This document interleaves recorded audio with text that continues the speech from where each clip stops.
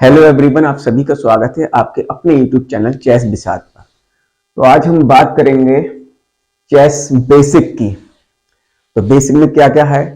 Opening theory, middle game theory, end game theory, और उसके बाद चलेंगे कि कैसे अगर हम अपने देश के लिए खेल रहे हैं या इंडिया में कौन कौन से टूर्नामेंट हो रहे हैं, कैसे हमें रेटिंग गेन करनी है, तो उन सब पे बात। तो पहले हम बेसिक थ्योरी स्टार्ट करने से पहले आप सभी को यह बताना चाहेंगे कि पहले हमें मेंटली और फिजिकली फिट रहना जरूरी है, तभी हम यहाँ चेस अच्छा खेल पाएंगे। आप देखते हैं जो वर्ल्ड चैंपियन है वो फिजिकली काफी फिट रहते हैं मेंटली के साथ साथ, जैसे मैग्नस कार्लसन, बॉबी फिशर, जो दोनों वर्ल्ड चैंपियन रह चुके हैं। हम देखें कितनी ज्यादा हार्ड एक्सरसाइज करते हैं जिम में जाके, और उसके बाद आज उनका देख लिए लेवल कितना ऊपर है। तो ये बेसिक थ्योरी स्टार्ट करने से पहले हम ये देखेंगे कि अपने आप को पहले फिट कैसे रखें। देखिए, माइंड यदि हमारा कुशाग्र होगा और तभी हम इसमें अच्छा कर पाएंगे। और माइंड कुशाग्र कैसे होगा? जब आपका पेट साफ होगा। देखिए, पेट और माइंड यानी स्टमक और माइंड दोनों का कनेक्शन है। पेट साफ होगा, अगर पेट खराब तो दिमाग खराब, दिमाग खराब तो पेट खराब।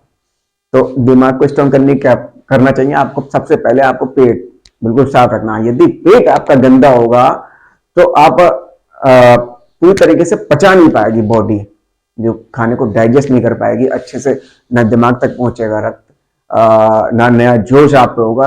और जोश के साथ तो यहाँ खेलना ही खेलना है।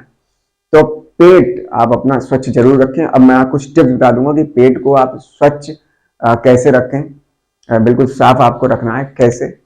आपको इवनिंग में जब आप सोने जाओ तो अच्छा खासा, जब जितना भी आप खाते हैं अच्छा खासा आपको पानी पीना है। कौन सा? गरम गरम पानी। जी हाँ, कम से कम 1.5 गिलास गरम पानी पी के रात में जब आप खाना खाते हैं उसका 1.5 गिलास गरम पानी पिए। उसके बाद टहलें लगभग 100-150 कदम, और ज्यादा सीढ़ियां चलने तो और ज्यादा अच्छा है, और सो जाएं। इससे क्या होगा? आपको जो सुबह जितना भी कब्ज है वो सब बाहर निकल जाएगा, बिल्कुल पेट आपका साफ हो जाएगा। लेकिन सुबह उठने के बाद भी आपको 1 लीटर गर्म पानी जरूर पीना है। पेट आपको स्वच्छ साफ रखना है। पेट साफ होगा तो आप खुद देखिए दिमाग आपका तेजी से काम करेगा। अब पेट आपने जब साफ कर लिया, नाइट में गर्म पानी पी लिया, सुबह उठने के बाद सो जाने से पहले 1 लीटर गर्म पानी पी लिया, पेट साफ कर लिया। उसके बाद 2 योग मैं आपको बता रहा हूं। कौन से? एक अनुलोम विलोम और एक भ्रामरी। अनुलोम विलोम और भ्रामरी, ये जो प्राणायाम है, ये आप जाके यूट्यूब पे चले कि अनुलोम विलोम कैसे करते हैं, कि दाएं से सांस लें। यानी ये देखिए, मैं आपको दिखा भी दे रहा हूं। ये देखिए, इसको, ये जो राइट नथना है इसको बंद करा, अब इससे सांस लें, और यहां आपको बंद कर देना है कुंभक, यानी सांस रोकने को कुंभक कहते हैं। दाएं से सांस लें, सांस रोकें, उसके बाद बाएं से छोड़ दें। उसके बाद बाएं से आपको सांस लेनी लंबी, फिर कुंभक करें, यानी कि सांस रोकें और दाएं से छोड़ दें। ऐसे ही दाएं से छोड़ें, सांस रोकें, फिर बाएं से सांस आप ले सकते हैं। तो ये तो अनुलोम विलोम में डिटेल में आप जाके यूट्यूब पे जाके देख लें। भ्रामरी ऐसे होता है कि आपको ये जो हाथ है बहुत हल्के से ऐसे रखना है, और कान पे भी रखना है, दोनों कानों को बंद कर लेना है और आंखों पर रखना है ऐसे करके। और ओम की आवाज जब आप ऐसे करोगे तो ऐसे करके देखिए, ये करना है आपको। लगभग 5 मिनट आगे भ्रामरी प्राणायाम कीजिए। इससे क्या होगा? आपके जो मस्तिष्क के अंदर न्यूरॉन्स हैं वो कुशाग्र बनेंगे। एक विद्युत ऊर्जा भ्रामरी से। पहले आपको करना क्या है, मैंने आपको बताया। पहले अनुलोम विलोम करना है, सांस यानी अपने लंग्स को स्ट्रॉन्ग करना है, वो बहुत जरूरी है। और उससे आपकी देखेंगे कि आई साइड भी बढ़ेगी अनुलोम विलोम से, क्योंकि जैसा मैंने फीलिंग किया वही मैं आपको बता रहा हूँ, क्योंकि मैं ये खुद करता हूँ। पहले कपालभाति, वो पेट के लिए, उसके बाद आ जाओ आप लंग्स के लिए अनुलोम विलोम, और फिर माइंड के लिए भ्रामरी। तो भ्रामरी से ये होगा, ये जो विद्युत ऊर्जा है हमारे, जो यहाँ से रीढ़ की हड्डी से होती हुई मस्तिष्क तक जाती है, हमारे न्यूरॉन्स को वो विद्युत ऊर्जा मिलेगी और हम फिर अच्छा से कर पाएंगे। तो ये आप केवल 1 महीने कर दें, उसके बाद देखें आप माइंड पहले से कितना तेज आपको चलता है। तो पेट साफ रखना है, ये 2 योग जरूर करना, अनुलोम विलोम और भ्रामरी। भ्रामरी के लिए डिटेल में आप देख लें। यहाँ बंद करना है, ओम का उच्चारण करना है मुंह को बंद करके, और ऐसा लगेगा जैसे भौरा गुंजायमान हो रहा है। तो ऐसा आप 1 महीने करेंगे। और ये जो करें ना, ये आप करें सूर्योदय से पहले। चलिए आते हैं अब बेसिक पर, चेस ओपनिंग पे। चेस ओपनिंग क्या होती है, ओपनिंग का क्या मतलब है? देखिए यहां ये बोर्ड है, आपके पीछे से व्हाइट, अपोनेंट की है ब्लैक। ओपनिंग का जो मेन कंसेप्ट होता है वो होता है सेंट्रल, सेंट्रल पे कब्जा करना। अभी आप देख रहे हैं कि केंद्र में किसकी सरकार है, सेंट्रल में किसकी गवर्नमेंट है? बीजेपी की, मोदी जी की। जिसकी सेंट्रल में गवर्नमेंट होगी उसी का राज पूरा देश पे होगा। ऐसे ही चेस में जिसका इन E4, E5, D4, D5 यानी इस सेंट्रल पेयर, मैं और थोड़ा पास आ जाता हूं, ये जो सेंट्रल स्क्वायर है इन पर जिसका ज्यादा अधिकार होगा, कब्जा होगा इन 4 स्क्वायर पे, वो ज्यादा पावरफुल रहेगा। चाहे वो ब्लैक से हो चाहे व्हाइट से। अगर व्हाइट से हो सकता है वो G6 या NF3, ये गलत गलत स्क्वायर पड़ता है, B3 NA3 ये स्क्वायर पकड़ता है। और ये इन 4 स्क्वायर्स पे यानी E4 D4 D4 E5 D5 ये स्क्वायर अगर पकड़ते हैं तो ज्यादा आप पूरे बोर्ड पर गेन कर पाएंगे। अब आप सोचेंगे कि ये इन 4 स्क्वायर को ही मैं क्यों बता रहा हूं, इन 4 स्क्वायर को कैच करना है। देखिए बात को समझे, ये 4 स्क्वायर सेंटर के स्क्वायर हैं। यदि आप सारा आक्रमण और पीस जो है यहां पर सेंट्रलाइज करते हैं तो बोर्ड के किसी भी हिस्से में, यदि हमें यहां अगर हमारे सपोज करिए ये ब्लैक यहां अटैक कर रहा है किंग साइड, तो हमारे सारे पीसेस तेजी से यहां आ सकते हैं। यहां अटैक कर रहा है तो हमारे पीछे सारे तेजी से यहां आ सकते हैं। ऐसे ही अपोनेंट का किंग वहां है तो हमारे पीसेस यहां से तेजी से वहां जा सकते हैं, और इधर अटैक करना है तो यहां से तेजी से यहां। अब सपोज करिए सेंटर में आप पीसेस को इकट्ठा नहीं कर रहे हैं, आप कॉर्नर में कर रहे हैं और हमें जरूरत है अभी, तो नाइट 1 2 3 चालों में हमारे किंग के पास पहुंचेगा। या फिर यहां पर अगर हम किंग है हमारा और हम हमारा सेंटर में नहीं है कब्जा, हमारा यहाँ पे है कब्जा, तो यहां से नाइट देखिए कितनी देर पर, बिशप रुक और किंग तो पहुंच जाएंगे एक ही मूव में, लेकिन नाइट देर में।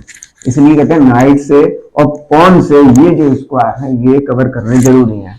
ये देख रहे हैं पॉन, कम से कम एक पॉन अपना इन 4 स्क्वायर में किसी एक स्क्वायर पे होना चाहिए। दूसरा, दोनों नाइटों का कम से कम ये देखिए जब आप यहाँ नाइट चलेंगे तो यहाँ और ये वाला नाइट यहाँ चलेंगे, दोनों स्क्वायर पे अटैक होना चाहिए इनका। अब बात करते हैं थोड़े मूव्स चल के कि पूरा सेटअप क्या होता है ओपनिंग। अब आप देखते हैं कई लोग जैसे कि बच्चे लोग हैं बोल कहते हैं सर E4 या E6, अब इन्होंने फ्रेंच खेल लिया, ये तो सर सेंटर नहीं ले रहे हैं। अरे भाई अगले मूव में देखो, यदि आप ये चलोगे D4, अगले मूव में सेंटर, जितनी भी ओपनिंग होंगी वो सब सेंटर लेने के लिए ही होती है। देखिए फ्रेंच, पहले उसने E6 चला, उसके बाद D5 चला सेंटर लेने के लिए फौरन। ऐसी यदि अब हम दूसरी ओपनिंग देखें, ये देखें E4, अभी देखिए यहां वो C6 चला, तो अब कहेंगे ये तो सेंटर लिया नहीं, क्योंकि हमें कौन से लेने हैं, ये 4 स्क्वायर। तो देखना अब जो नेक्स्ट मूव उसकी आएगी, जैसे कि कैरोकेन, ये यानी कि उसने अब जो है कि सेंटर लेना चालू किया। यहां पे कोई सी आप ओपनिंग देख लो, चाहे वो सिसिलियन डिफेंस ही क्यों ना हो। ये देखिए E4 C5 NF3, अब थोड़ी देर बाद देखिए वो D6 चलेगा। अगर हमने D4 नहीं किया या फिर हमने सपोज करिए कुछ और हम गर्म कर रहे हैं तो फौरन ही यहाँ पे सेंटर लेने की कोशिश करेगा। तो चेस का जो बेसिक आप समझ गए होंगे कि सबसे पहले हमें क्या लेना है, सेंटर। कोई सी भी ओपनिंग हो, अब देखें जैसे E4 E5 सबसे फेमस जो ओपनिंग है रुई लोपोस, ये देखिए ये जो ओपनिंग है इसमें सेंटर लिया। अब यहाँ पे आप देख सकते हैं कौन से स्क्वायर का कितने अटैक है। ये देखिए इसका अटैक यहां और यहां है, इसका अटैक यहां है, यानी कि वाइट से हमने 3 जो स्क्वायर हैं वो कैप्चर कर लिए हैं, जबकि इसने कितने स्क्वायर कैप्चर किए हैं, इसका एक तो यहां अटैक है, दूसरा अटैक है 1 और 2 इन 2 स्क्वायर पे, इसके 2 स्क्वायर पे और व्हाइट के 3 स्क्वायर पे। और व्हाइट वैसे ही ज्यादा प्रॉफिटेबल रहता है क्योंकि व्हाइट पहले चलता है। तो सब ये तो हो गई सेंटर लेने वाली बात। अब सेंटर जब ले लिया उसके बाद हमें क्या करना है, देखिए यदि पहले बिगिनिंग से स्टार्ट करते हैं। सबसे पहला जो रहता है, हमने ये दो पान सेंटर पे किए, E4, E5, D4, D5। उसके बाद अब नाइट हमें सेंटर पे दो पान किया, अगर दो नहीं हो रहे हैं, यदि वो अच्छी मूव चल रहा है, सपोज करिए ये है, अब वो ये चल रहा है, या फिर देखिए ये देखिए ये चल रहा है तो नहीं लेने दे रहा, ठीक है, तो आप बढ़ सकते हैं, या फिर इसको मार के वो क्यून से मारे,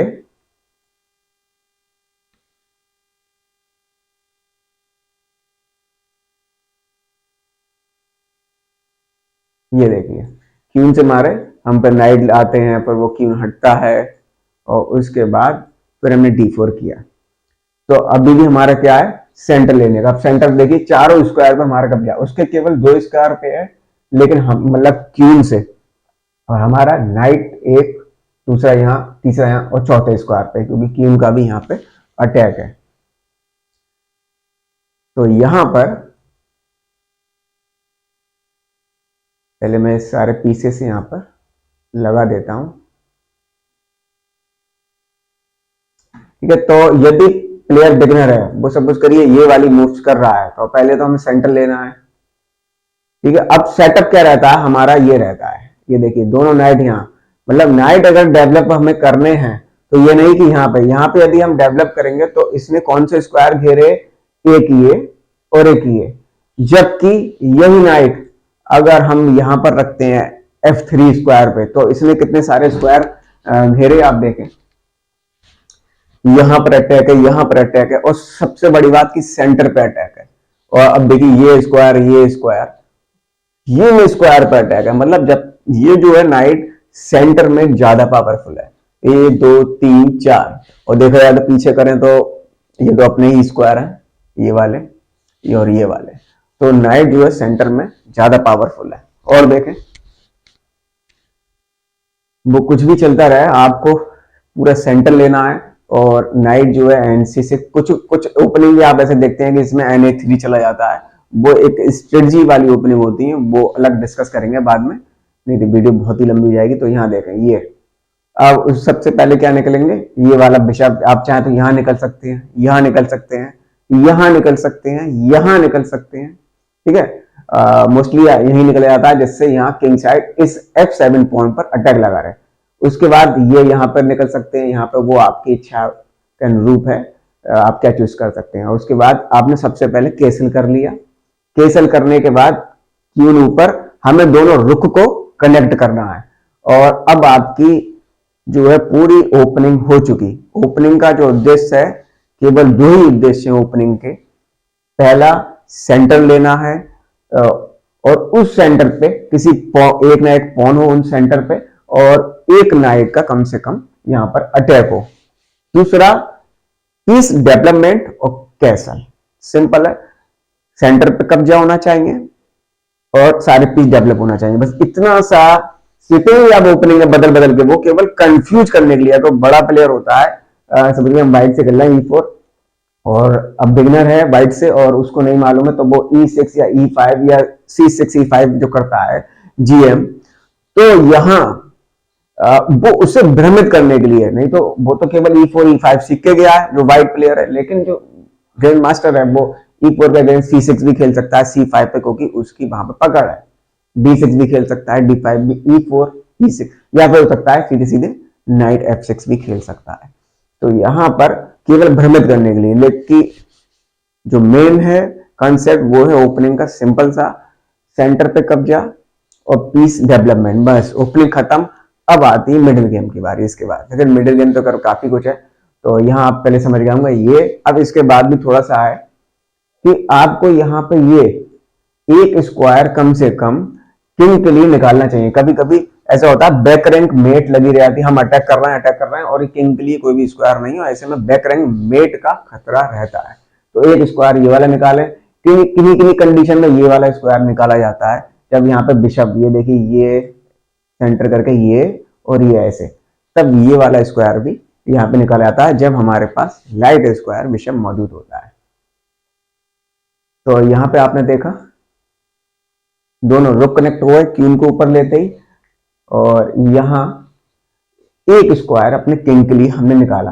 ये पूरी ओपनिंग कंप्लीट हो गई। सेंटर पे कब्जा, पीस डेवलपमेंट, कैसल, किंग के लिए एक स्क्वायर। अब आप अटैक कर सकते हैं दूसरे ओपोनेंट पर।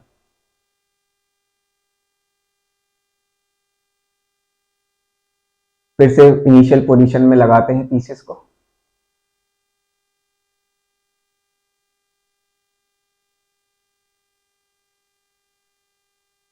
अब देखिए किसी भी ओपनिंग का हम ले लेते हैं, कोई सी भी आप ओपनिंग देखेंगे उस पर सेंटर पे बस कब्जा करना रहता है। देखिए ये E4, ये देख लेते हैं मेन, क्योंकि बड़े बड़े लेवल पे ओपनिंग पे ज्यादा दिमाग नहीं लगाते हैं। आपने देखा होगा जैसे डी गुकेश, मैग्नस कार्लसन, कौन सी चल रही है ओपनिंग? सिंपल वाली जो सबसे पहले स्टार्ट हुई थी, कौन सी? रूई लोपेज।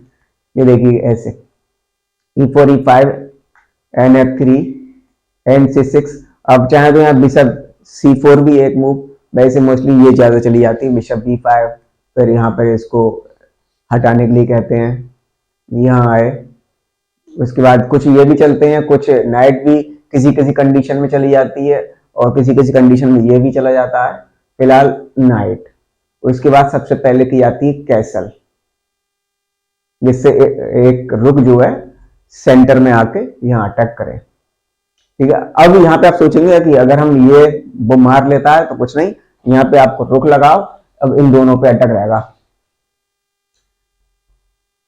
उसके बाद देखें कैसल की, अब वो ये हमारा ये भगाएगा, क्योंकि हमें उसके बाद दो ऑप्शन है, या तो यहाँ डेवलप करे और या पर यहाँ डेवलप करे।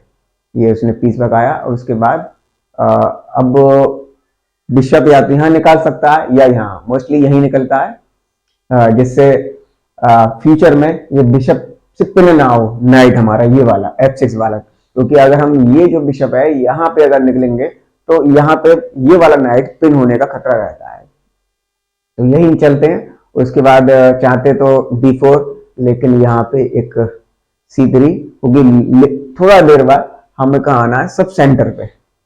अब देखिए इन्होंने ये मूव किया। ठीक है, अब उसके पास ये ऑप्शन रहता है बिशप यहाँ निकाले या बिशप यहाँ निकाले या फिर यहाँ निकाले, नाइट पर जोर देता हुआ। बहुत ही सिंपल ओपनिंग है।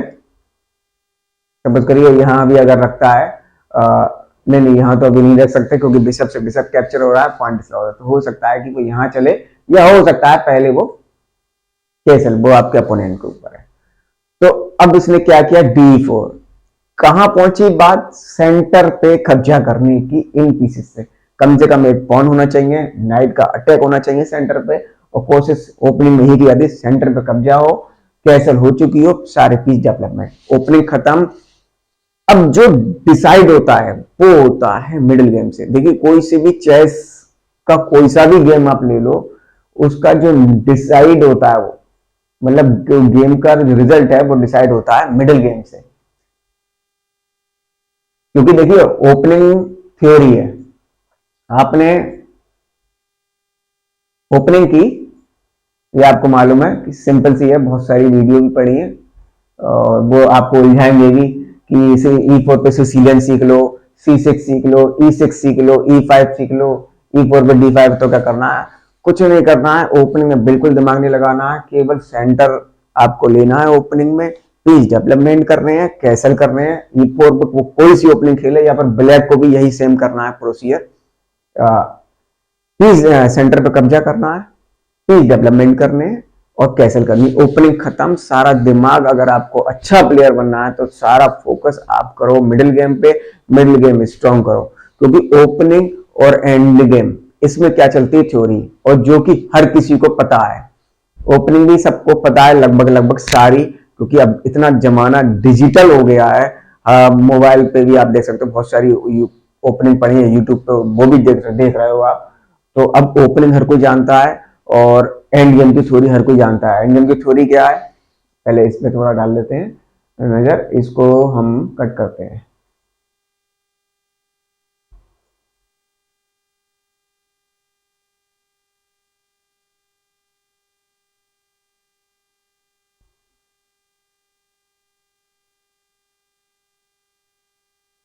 ये देखिए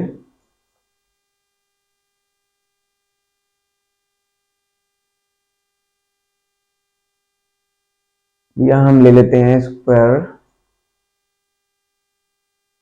बिशप और सामने पे क्या है, किंग। ये पोजीशन मान के चलते हैं, ये है। तो यहां पर ओपनिंग की आपको थ्योरी मालूम है, सेंटर कब्जा और आपने ओपनिंग कर ली। मिडिल गेम की बात सबसे बाद में करेंगे, अब करते हैं सीधे सीधे एंड गेम की बात। एंड गेम में क्या है, थ्योरी आपको मालूम ही है कि नाइट बिशप से मेट हो जाती है, और यदि लाइट स्क्वायर बिशप है तो किंग को हमें कहां ले आना होगा, यहां इस कॉर्नर में, इस कॉर्नर में ऐसे ले जाके यहां पे ये चेकमेट होगी। ये देखिए,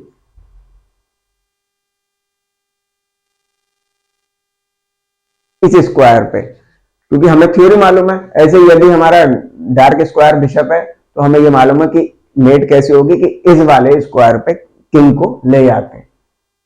ये देखिए, इस वाले स्क्वायर पे हमें किंग को ले आना है। सपोज करिए ये पोजीशन है और यहाँ से चेक पड़ती है, चलिए वो खैर वो बात बचेगा, वो एक अलग बात है, लेकिन ये हमें थ्योरी के अंतर्गत मालूम है। ऐसे ही हमें रुक्स, ये तो खैर सिंपल है, ये देखिए ये रुक, ये देखिए इसमें तो कहीं पर मेट कर सकते हैं किसी भी कॉर्नर में ले जाके, क्योंकि यहां से चेक भी और मेट हो गई। तो यहां पे भी हमें थ्योरी मालूम है कि एक रुक से कैसे मेट करनी है। और उसके बाद आता है ये बिशप, दो बिशप से इंटरमीडिएट मूव चल चल के कैसे मेट करनी है, ये भी आप सबको मालूम है। और भी ये देखिए क्यून, ठीक है। अब ये तो बहुत सिंपल हो जाएगी, इसको थोड़ा सा कॉम्प्लेक्स करते हैं। ये जैसे कि ये पोजीशन है, तो इसमें जिसे मालूम होगी, यानी कि थ्योरी, कि इसमें कैसे मेट की जाती है, तभी मेट हो पाएगी, वैसे तो नहीं होगी। क्योंकि कैसे, कि जैसे ही देखिए, अब सपोज करिए ये मेट चले, अब यहां पर ये आया किंग, तब हमें, अब ये सपोज करिए ये जो है काफी दूर, हमें क्या करना है कि जब ये किंग इस पॉन, ये पॉन है, ये क्यून बन रहा है, अगर हम सपोज करिए केवल ये हमारी ये कंडीशन है और हम क्यून चल दें, तो वो क्यून जैसे ही बनाएगा हमें क्यून से क्यून कैप्चर करना पड़ेगा और ड्रॉ हो जाएगी। लेकिन क्योंकि मूव हमारी है तो हम तो पूरी जीतने की कोशिश करेंगे और इसमें विन है भी। तो यहाँ से पहले चेक देंगे, हो सकता है वो यहाँ ना बचे, क्योंकि यहाँ बचेगा तो फिर हमें एक किंग पास में लाने का मौका मिलेगा, तो वो यहाँ बचे, या फिर सपोज करिए यहाँ बचता है, फिर हमने ये चेक दी, फिर वो यहाँ, फिर हमने ये चेक दी और फिर हमें ये। अब जैसे ही वो पॉन के ऊपर पहुंचता है, हमको ये मूव कर देना। अब वो क्या करेगा, ये लाएगा कि अब मैं फिर बना रहा हूं, ठीक है। फिर हमने यहाँ से इसको पिन कर दिया, फिर वो यहाँ आया, ठीक है। ऐसे ही फिर चेक देते देते जैसे जैसे इसको हम ला सकें इसके करीब, ठीक है। यहाँ चल रहा, फिर ये चेक, फिर यहाँ, फिर चेक, अब वो फिर इसके नीचे आया, फिर हम और किंग पास में, जैसे ही किंग पॉन का अवरुद्ध बन जाता है, ठीक है। यहाँ देखें, अब वो नेक्स्ट मूव चलेगा कि मैं बना रहा हूं, तो हम किंग को जैसे ही वहां लेके आएंगे कौन से स्क्वायर पे, E8 पे, और जैसे वो किंग E8 पे आएगा और ये वाला हम जो है किंग इसके पास में यहाँ पे लेके आएंगे धीरे धीरे करके, और इसको हम ऐसे करके कैप्चर कर लेंगे पॉन को और मेट कर देंगे। तो ये तो हो गई थ्योरी वाली बात। अब आपको एक एग्जाम्पल तौर पर मैंने दिखाया, जैसे यहाँ पे ऐसे भी पोजिशन यहाँ पे है, यहाँ पे मेट है, ठीक है। यहाँ पे देखिए ये मेट है, यदि क्यून आपके पास है तो यहाँ पे यदि उसका पॉन है तो मेट है, यहाँ पे मेट है, यहाँ पे मेट है और यहाँ पे मेट है। लेकिन यदि ऐसी कंडीशन है कि यहाँ पे पॉन है, ठीक है, और किंग यदि विनिंग जोन, वो अलग मैटर है, वो बाद में बताऊंगा। विनिंग जोन तो होता है जैसे यहाँ से लेके यहाँ तक ऐसे स्क्वायर में, ठीक है, वो एक अलग वीडियो बना के, जिससे वीडियो लंबी ना हो।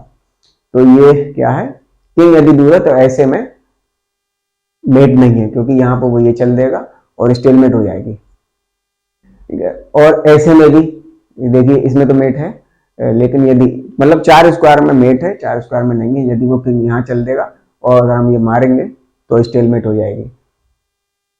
तो ये सारी थ्योरी आपको पता होनी चाहिए कि यदि एंड गेम में रुक बिशप, ये देखिए और एक कॉम्प्लेक्स बता दूं, ये देखिए ये आ गया रुक, ठीक है, ये है किंग और ये हमारा रुक और ये है किंग। इसमें काफी 50-50 मूव्स हो जाती हैं, लेकिन मेक नहीं कर पाता प्लेयर, और इसको हटा दे रहे हैं, इसकी जगह है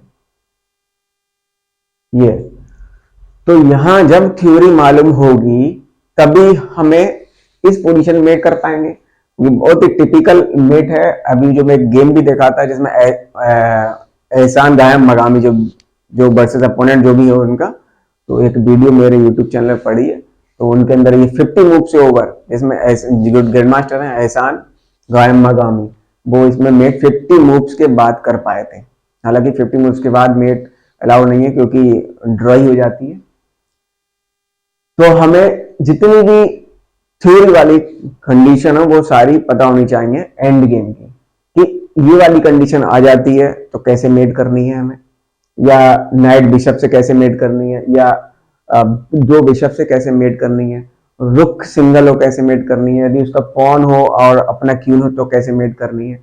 तो ओपनिंग में एंड गेम में क्या चलती है थ्योरी, वो पहले से रटी हुई होती है हर किसी की, और यदि बेसिक कंडीशन आती है ओपनिंग की, चाहे वो बच्चा हो चाहे वो बूढ़ा, या एंडिंग की, वो फौरन उसका रिप्लाई दे देगा। लेकिन असली जो खेल होता है जिससे जो इंसान को INGM बनाता है वो होता है मिडिल गेम।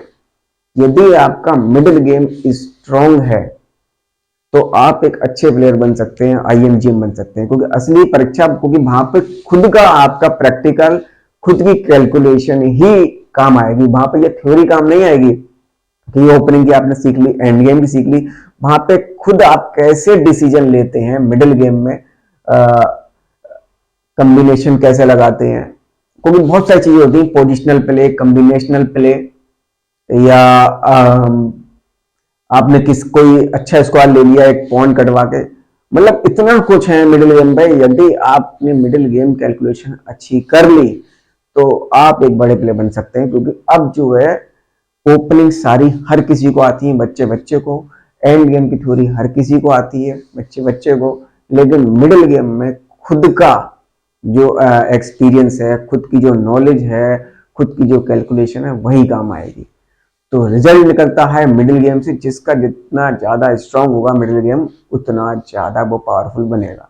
तो मिडिल गेम में मैंने क्या बताया आपको, क्योंकि उस पर वीडियो बनाएंगे वो काफी लंबी बनेगी, उसका एक अलग ही वीडियो बनानी पड़ेगी। और मिडिल गेम पे कुछ मैं आपको पजल बताऊंगा जो इतने डीप होंगे, आप भी सोचेंगे कि दिखने में ऐसा लगेगा कि बहुत सामने मेट रखी है, लेकिन जब उसकी मूव चली जाएंगी तब आपको मालूम पड़ेगा कि मिडिल गेम कितना ज्यादा टफ है। मिडिल गेम में ये ध्यान रखें कि कॉम्बिनेशनल प्ले, यदि कोई कॉम्बिनेशन बन रहा हो, जैसे पॉइंट कटवा के आपको किसी का पीस मिल रहा है, या क्यून आपको सैक्रिफाइस करके उसकी आप मेट लगा रहे हैं, या पोजिशनल प्ले जैसे कि जो D4 C4 वाली जो ओपनिंग होती है वो पोजिशनल, धीरे धीरे पोजीशन अपनी स्ट्रॉन्ग की जाए, अच्छे स्क्वायर पे कब्जा किया जाए, और जैसे ही दूसरा कहीं वीक हो और फौरन हमें अटैक करके अपने गेम को विनिंग करा जाए। क्योंकि मिडिल गेम ही ऐसा है कि जहां आप एक स्लाइडली एडवांटेज को डिसीजन एडवांटेज में बदल सकते हैं, और कुछ ऐसी पीसेस लड़के, कुछ ऐसी पोजीशन हम बना लेते हैं मिडिल गेम में कि इस यदि ये एंडिंग आ जाती है, सपोज करिए केवल एक पॉन ही हमारे पास अप है, केवल उसी से आप जीत सकते हैं। तो एंड गेम में थ्योरी क्या क्या समझे आप, एंड गेम में थ्योरी चलती है, हर पोजीशन का पता होना चाहिए कि किस पोजीशन में कैसे मेट होगी। ओपनिंग में आपको मैंने बता दिया, केवल सेंटर पे कब्जा और पीस डेवलपमेंट और कैसल, बस। बाकी मिडिल गेम जो कि सबसे ज्यादा टफ है, उसमें तो आपको बहुत सारे पजल सॉल्व करने पड़ेंगे मिडिल गेम के, तब जाके आपका मिडिल गेम स्ट्रांग होगा। कम से कम आपको यदि INGM बनना है तो 4 घंटे डेली आपको मिडिल गेम के पजल सॉल्व करने होंगे।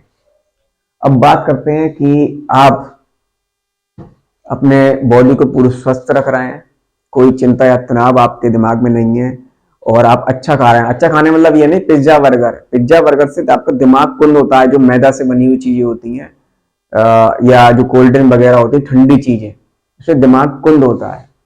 तो आपको वो चीजें खानी है जो माइंड के लिए पावरफुल हो, क्योंकि मिडिल गेम में आपके माइंड की परीक्षा होगी।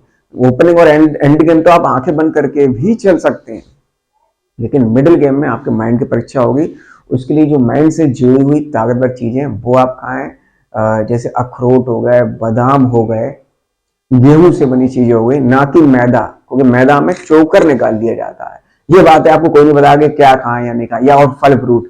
और बचे किससे, जिससे आपका दिमाग कुंद होता है, या अल्कोहल और अंग्रेजी दवाई यदि आप ज्यादा खाते हैं तो भी आपके किडनी पे और दिमाग पे, ये दोनों पे असर करती है। अंग्रेजी दवाइयां कम खाएं, बहुत ही ज्यादा जरूरत हो तभी आप यूज करें।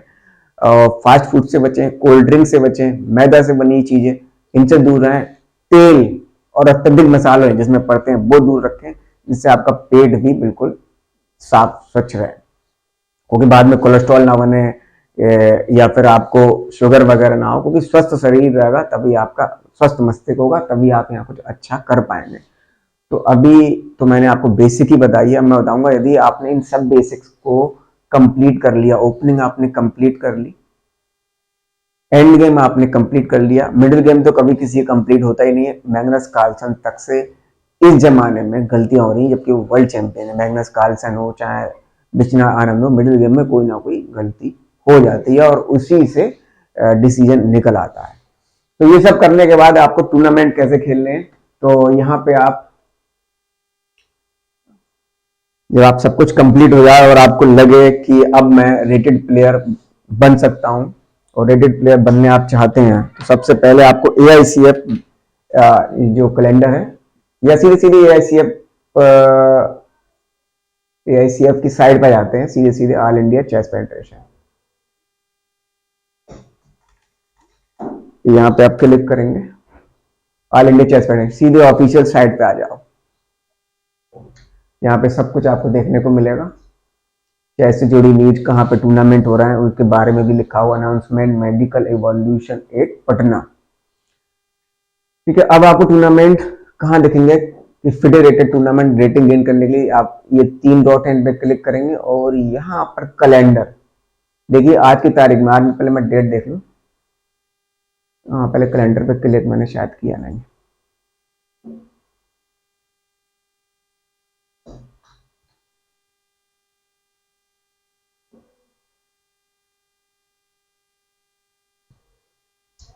मुझे लगता है आज कुछ इश्यू है उनकी साइड में। डायरेक्ट जाके खोलते हैं कैलेंडर, क्लियर सर्च और AICF chess calendar all event, ऐसे भी जाके आप खोल सकते हैं। ये देखिए ये बहुत सारे टूर्नामेंट दे देखिए 1 अप्रैल 2023, हम अभी रिसेंट का आपको दिखा दें, बता दें जिससे आप समझ जाएं। AICF की साइट पे जाना है, चेस कैलेंडर देखना है, इंडिया में कौन कौन से फेडरेटेड टूर्नामेंट हो रहे हैं जिससे आप रेटिंग गेन कर सकते हैं। और बाद में बताऊंगा कि IM और GM कैसे बनाया जाता है, वो उसके लिए एक अलग वीडियो मुझे बनानी पड़ेगी। ये देखिए सबसे नीचे करें अभी कौन कौन से चल रहा है रिसेंट में, क्योंकि आज जो डेट है पहले आप डेट देख लें, 7 जनवरी 5:23 PM। ठीक है, और यहाँ पे कौन कौन से चल रहे हैं या फिर जो आज खत्म हुए हैं, चलिए उनको देखते हैं। 7 जनवरी को कोई खत्म हुआ है, 7 जनवरी 2024। ये देखिए 6 जनवरी से 7 जनवरी, और इसे ही देख लेते हैं। देखिए second Matrix cup international open federated chess tournament, ये आज खत्म हुआ है। 3 जनवरी से स्टार्ट हुआ था, 7 जनवरी तक। कहाँ हुआ था? दिल्ली में। ठीक है, और जैसे आप इस पर क्लिक करेंगे तो इसमें सारे, ये देखिए डाउनलोड करेंगे, इसके बारे में सारी डिटेल यहाँ लिखी होगी, कितना प्राइज फंड का टूर्नामेंट है, एंट्री फीस क्या क्या है, वेन्यू क्या है, ग्रेटर कैलाश न्यू दिल्ली, और एंट्री फीस देखें क्या है इनकी, प्लेयर्स लिमिट 600 ओनली। देखिए एंट्री फीस भी कहीं लिखी होगी, एंट्री फी फ्री, ये तो GM के लिए IM के लिए फ्री रहती है। और एंट्री फी देखिए 4000 एंट्री फी लिखी होगी। और प्राइस देखें यहां से यहां तक 25th प्राइज है, 1 से लेकर 25th प्राइज। पहले पे 1 लाख रुपए का प्राइस है, 25th नंबर पे 6000 रुपए का है। ऐसी जो कैटेगरी प्राइस वो अलग होते हैं कि 1000 से 1150 का जो ग्रुप है उसमें पहले से लेकर 5 तक कितने प्राइस हैं। ऐसी 1451 से लेकर 1600 रेटिंग के बीच के जो प्लेयर हैं उनके कितने प्राइस हैं और उस पर क्या अमाउंट है। एकोमोडेशन, ये सब लिखा होता है कि कौन कौन एलिजिबल है ये टूर्नामेंट खेलने के लिए, और एकोमोडेशन वहां मिल रहा है या नहीं मिल रहा है, लंच या ब्रेकफास्ट वहां मिल रहा है नहीं मिल रहा है, या फिर पे करके, वो सारा यहाँ पर दिया होता है। अब इस टूर्नामेंट ये जो हो गया, अब इसका जो रिजल्ट है कि पहले राउंड के बाद कौन जीता कौन हारा, या 9 राउंड के बाद कौन विनर हुआ, इसको कैसे देखें। तो यहाँ जो बिगिनर प्लेयर हैं, जो नहीं जानते हैं, नए नए जुड़ रहे हैं, उनको मैं बताना चाहूंगा आपको क्या सर्च करना है, chessresult.com। ये देखिए chessresult.com पे गए, और chessresult.com की जगह सीधे आप chessresult इंडिया, क्योंकि इंडिया के टूर्नामेंट देखने हैं हमें, ठीक है, फैक्ट सिलेक्शन इंडिया, यहाँ पे क्लिक किया, chessresult.com इंडिया। अब इंडिया में हमें देखना है कि दिल्ली, दिल्ली कहाँ आएगा, क्योंकि अगर यहाँ पे ABCD के हिसाब से लिखे हैं अल्फाबेटिकली, यहाँ पे अगर नहीं है तो यूनियन टेरिटरी पे क्लिक करें, तो यहाँ पे जो दिल्ली में हो रहा है टूर्नामेंट वो आ जाएंगे। देखते हैं दिल्ली में कौन कौन से टूर्नामेंट, जैसे कि चलो मैंने अभी जिसका वो PDF दिखाया उसी टूर्नामेंट का रिजल्ट देख लेते हैं। फिर से मुझे लगता है क्लिक एक बार और कर दें, यूनियन टेरिटरीज मैट्रिक्स, उस पर लिखा होगा Matrix tournament,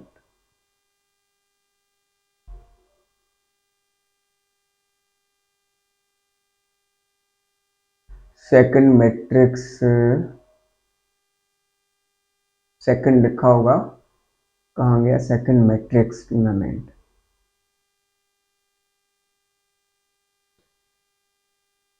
seven days 3 hour under 10 republic day station, other पे क्लिक करते हैं, शायद वहां नहीं दिख रहा है। ये देखिए अदर पे क्लिक किया, दिल्ली की टूर्नामेंट आ गया, जिस टूर्नामेंट का हमें अभी PDF दिखाया उसमें देखते हैं कौन विनर हुआ है, second Matrix, Matrix cup international open federated chess tournament. इस पर आप क्लिक करेंगे तो यहाँ आपको देखिए सारा कुछ दिख जाएगा कि कौन चीफ आर्बिटर है, गोपा कुमार, जिनको तो लगभग सभी जानते हैं, जो वर्ल्ड टूर्नामेंट होते हैं उसमें भी ये चीफ आर्बिटर बनते हैं, और इसमें भी देखिए चीफ आर्बिटर है। तो ये प्रसेनजीत दत्ता, जिनकी मैट्रिक्स अकेडमी है वहां पर दिल्ली में, वो ये टूर्नामेंट करा रहे हैं, और आज संपन्न हो गया। इसमें सब दिया हुआ होता है, टाइम कंट्रोल कितना है, 90 मिनट प्लस 30 सेकंड इंक्रीमेंट, यानी कि आप पहली मूव चलेंगे, क्लॉक दबाएंगे, 30 सेकंड इंक्रीमेंट आपका बढ़ जाएगा, यानी कि 90 मिनट तो आपके पास है, उसमें 30 सेकंड और बढ़ जाएंगे। ये होता है इंक्रीमेंट। कितने राउंड का है, टोटल 9 राउंड आपको खेलने हैं किसके आधार पर, स्विस, यानी कि 9 प्लेयर्स के साथ। और यहाँ पे आप देख सकते हैं कौन कौन से कंट्री के आए हैं, इंडिया, USA, और यहाँ आप देख सकते हैं, सपोज करिए राउंड 9 नहीं, राउंड 3 हुए हैं। अब राउंड 3 के बाद आप क्लिक करेंगे तो यहाँ पर कौन टॉप पे चल रहा है, कितने पॉइंट हैं, क्या टाई ब्रेक स्कोर है। टाई ब्रेक स्कोर पे मैंने एक अलग वीडियो बना दी है, वो देख ले जाके। और कुछ जरूरी, हाँ, पेयरिंग कि आपका अब राउंड 1 पड़ा, पेयरिंग आपकी क्या है। सपोज करिए मेरा नाम है, खैर मैं तो इसमें निकल रहा हूँ, यहाँ यही देख लेते हैं, आर्यन रंजन, इसको ही देख लेते हैं। अब आर्यन रंजन सपोज करिए पहली बार खेल रहे हैं या अनरेटेड हैं, उनको नहीं मालूम, तो वो क्या करेंगे, chessresult.com पे जाएंगे, उस टूर्नामेंट पे जाएंगे, राउंड 1 की पेयरिंग पे क्लिक करेंगे। अब उनका पेयरिंग पे मैंने किनका नाम लिया था, आर्यन रंजन, ठीक है, यहाँ पे आप वो क्लिक करेंगे। अब वो देखेंगे आर्यन रंजन, बाद में नाम लिखा है किनके, रमन कुमार के, यानी कि रमन कुमार के व्हाइट हैं, आर्यन रंजन के ब्लैक हैं, और ये कहाँ 12 नंबर पे। तो हमारा बोर्ड कौन सा हुआ, 12 बोर्ड पे आर्यन रंजन जी को चले जाना है और ब्लैक पीसेस लेके खेलना है। ऐसे यहाँ पर आफ्टर जब 9 राउंड हो जाएं तो फाइनल राउंड के बाद, यानी कि आफ्टर 9 राउंड कौन विनर रहा है वो यहाँ आएगा, और उसके कितने पॉइंट बने हैं। यहाँ चेसरेजल्ट पे आप देख सकते हैं, ये आज ही खत्म हुआ है tournament. Nilesh Shah international master हैं जो वेस्ट बंगाल से हैं, वो विनिंग हुआ है, 2446 उनकी रेटिंग है। और देखिए 9 में इसको बोल रहा है टाई ब्रेक, उसके ऊपर मैंने अलग वीडियो बनाई है, वो सेम यदि स्क्वायर पॉइंट रहते हैं तो उसमें जिसका टाई ब्रेक उसको ज्यादा रहता है उसको ऊपर कर दिया जाता है, उसके लिए एक अलग वीडियो बनी है। तो यहाँ देख सकते हैं नीलेश शाह 8.5 पॉइंट के साथ दूसरे बनाकर कर्तव्य हैं, ये शायद गुजरात के हैं, इनसे मेरा गेम भी हो चुका है रुदपुर में और मैं हार गया था इनसे, काफी अच्छे प्लेयर हैं। उसके बाद देखिए तीसरे पे दिल्ली के ओम बत्रा, केवल 1675 रेटिंग है, और देखिए टॉप 3 में ओम बत्रा, एक बहुत ही अच्छा परफॉर्मेंस। और यहाँ पे और देखें किसी और का, ये देखिए ये 13 साल के 1268 रेटिंग है और 9 में 7 पॉइंट, एक अच्छा परफॉर्मेंस इतनी कम रेटिंग के साथ नमन खंडेलवाल।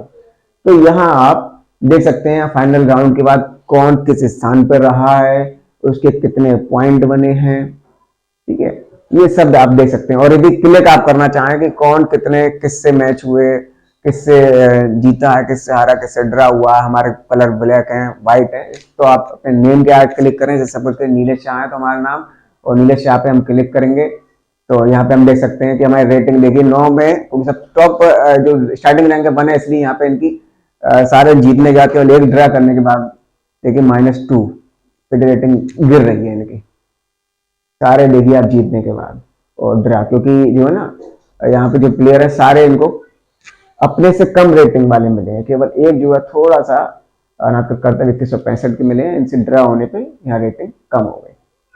तो यहाँ आप देख सकते हैं कि हमारी रेटिंग परफॉर्मेंस कितनी रही 2042, और हमने किस किस को हराया ये देखिए, और किस में हमारे ब्लैक हैं व्हाइट है, ये देखिए ये जो स्क्वायर है ये ब्लैक है, इसका मतलब हमारे इसमें पहले राउंड में ब्लैक पीसेस मिले, दूसरे राउंड में व्हाइट पीसेस मिले, ऐसे ही आप देखते चले जाएं। और वन का मतलब है कि हम ये सारे जीते हैं, और ड्रा का मतलब है ये जो नमा राउंड है नीलेश शाह उनकी ड्रा हुई है। तो आशा है आपको ये समझ में आया होगा टूर्नामेंट कहाँ होते हैं, कैसे देखने हैं, कहाँ रिजल्ट है, ओपनिंग की थ्योरी क्या है, एंड गेम का, तो मतलब जो बेसिक चीजें हैं केवल उनके ऊपर मैंने वीडियो बनाई है। बाद में हम इसको और जब डिटेल में बताएंगे एक एक ओपनिंग के बारे में, उसके बाद एंड गेम की थ्योरी के बारे में, और लास्ट में आते हैं मिडिल गेम पे। मिडिल गेम बहुत ज्यादा टफ है, बहुत ही ज्यादा कॉम्प्लिकेटेड है, यदि आप उसे समझ गए तो समझ लीजिए आप एक अच्छे प्लेयर बन सकते हैं। तो इसको हम बाद में लास्ट में बेसिक अभी आपने देखी, और अब चैनल को सब्सक्राइब करें, और जो बिगनर प्लेयर हैं उनको ये चैनल पहुंचाएं, जिससे वो अच्छे प्रिपरेशन कर सकें, चेस से जुड़ी हुई एक एक बारीकी से बारीकी हम नॉलेज आपको देते रहेंगे। Thanks for watching.